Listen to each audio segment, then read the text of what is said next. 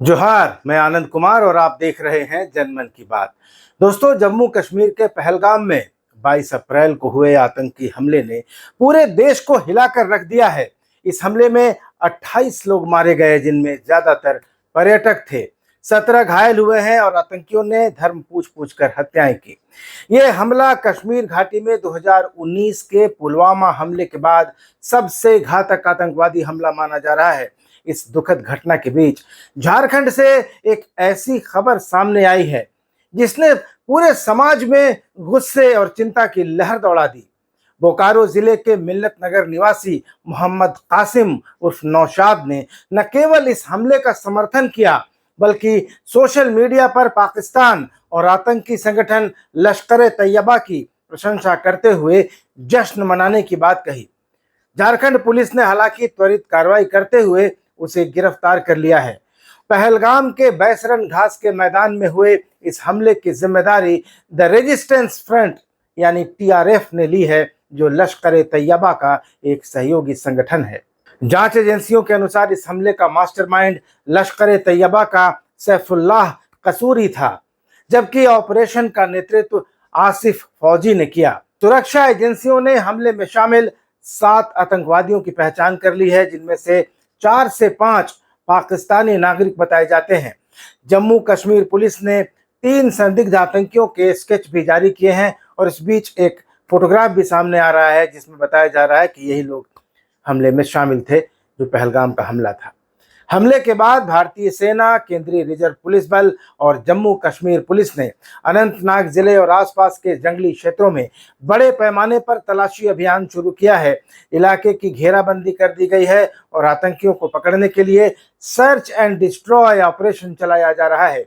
राष्ट्रीय जांच एजेंसी यानी एनआईए ने भी एक उच्च स्तरीय टीम को पहलगाम भेजा है, जो स्थानीय पुलिस की सहायता कर रही है। इंटेलिजेंस एजेंसियों की भी मदद ली जा रही है। इस बीच जम्मू कश्मीर की सरकार ने पीड़ित परिवारों के लिए 10 लाख रुपए की अनुग्रह राशि, गंभीर रूप से घायलों के लिए 2 लाख रुपए और मामूली रूप से घायलों के लिए 1 लाख रुपए की सहायता की घोषणा की है। हमले के बाद पर्यटकों में दहशत फैल गई है और कई लोग कश्मीर छोड़कर अपने गंतव्यों की ओर लौट रहे हैं। बड़ी संख्या में पर्यटकों ने इस गर्मी के मौसम में कश्मीर की बुकिंग कराई थी, जो कैंसिल की जा रही है। रेलवे ने कटरा से नई दिल्ली के लिए एक विशेष अनारक्षित ट्रेन की व्यवस्था की है, ताकि लोग लौट सकें। प्रधानमंत्री नरेंद्र मोदी ने अपने सऊदी अरब दौरे को रद्द कर दिया है और दिल्ली लौटते ही उन्होंने राष्ट्रीय सुरक्षा सलाहकार अजीत डोभाल और विदेश मंत्री एस जयशंकर के साथ आपात बैठक की है। केंद्रीय गृह मंत्री अमित शाह ने घटनास्थल का दौरा किया और पीड़ितों के परिजनों से मुलाकात की। उन्होंने कहा कि भारत आतंक के सामने नहीं झुकेगा। इस कायरतापूर्ण हमले के दोषियों को बख्शा नहीं जाएगा। रक्षा मंत्री राजनाथ सिंह ने भी कड़े शब्दों में कहा कि भारत न केवल हमले के प्रत्यक्ष अपराधियों को, बल्कि इसके पीछे के मास्टरमाइंड को भी जवाबदेह ठहराएगा।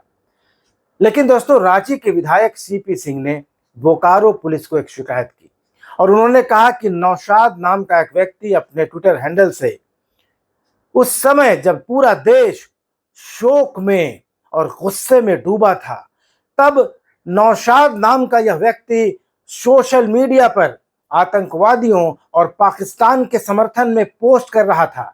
जांच में सामने आया कि नौशाद ने अपने ट्विटर हैंडल पर उर्दू और अंग्रेजी में आपत्तिजनक पोस्ट किए थे, जिसमें उसने लिखा था, thank you Pakistan, thank you Lashkar Taiba, may Allah bless you always, आमीन।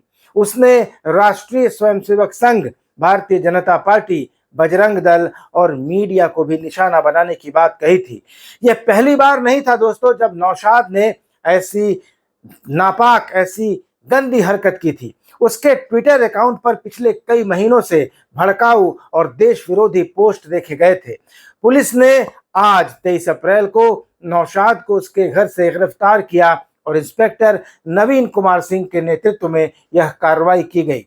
जांच में पता चला कि नौशाद बिहार के एक मदरसे में पढ़ाई कर चुका है और दुबई में रहने वाले अपने भाई के सिम कार्ड का उपयोग करके सोशल मीडिया हैंडल चला रहा था।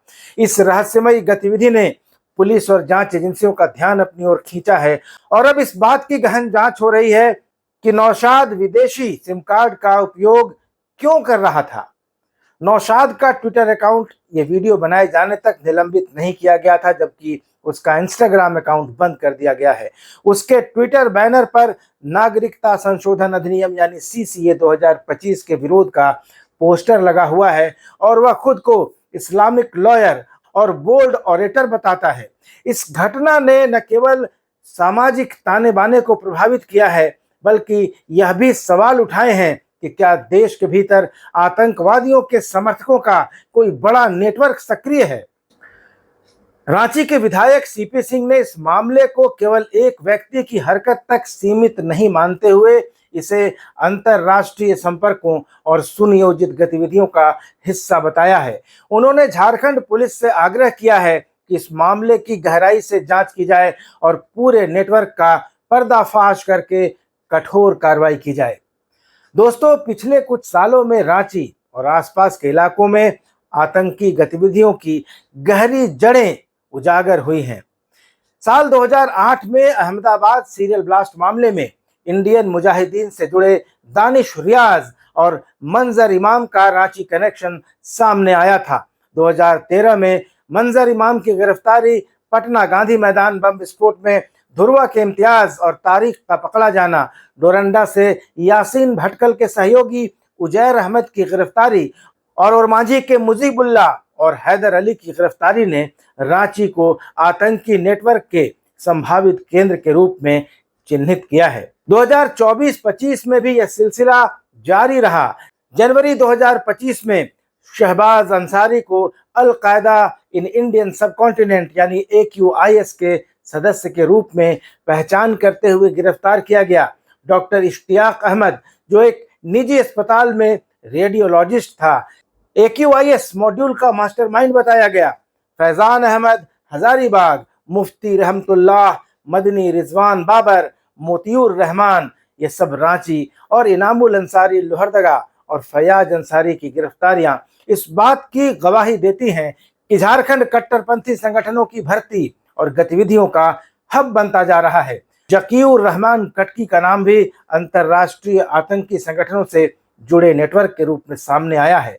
नौशाद के नफरती पोस्ट से पहले इन घटनाओं ने न केवल राज्य की कानून व्यवस्था पर सवाल खड़े किए हैं, बल्कि यह भी साबित किया है कि झारखंड स्लीपर सेल संस्कृति की छांव में प्रवेश कर चुका है। दोस्तों, नौशाद की गिरफ्तारी केवल एक शुरुआत है। यह घटना देश की आंतरिक सुरक्षा के लिए एक गंभीर चेतावनी है। पुलिस और केंद्रीय जांच एजेंसियों जैसे NIA को इस मामले की तह तक जाना चाहिए। यह पता लगाना बेहद जरूरी है कि नौशाद का लश्कर तैयबा जैसे संगठनों से क्या संबंध है और वह दुबई के सिम कार्ड का उपयोग क्यों कर रहा था।